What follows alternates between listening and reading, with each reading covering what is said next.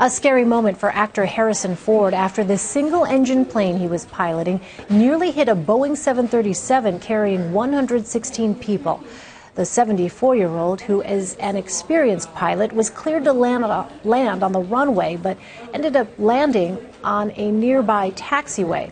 Kris Van Cleave has more. The FAA is now investigating what amounts to a near collision at a Southern California airport between Star Wars actor Harrison Ford's small private plane and an American Airlines 737 waiting to take off.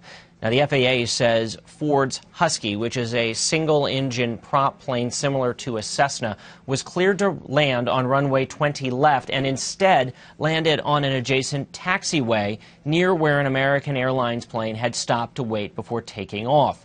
We don't know how close the two aircraft came. We know American Airlines is aware of the incident and has asked the FAA and NTSB to investigate. The FAA says controllers cleared Ford to land on the runway and that Ford repeated those directions back but still came in on the adjacent taxiway.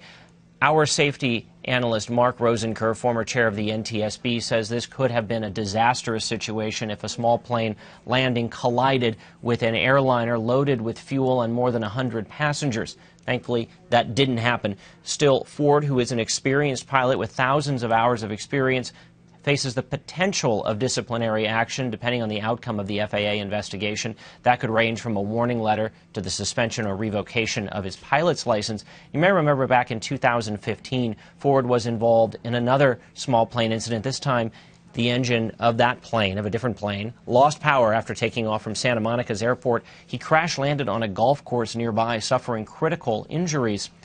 Now, representatives for the actor declined comment. The FAA continues to investigate. Elaine? Kris, thanks.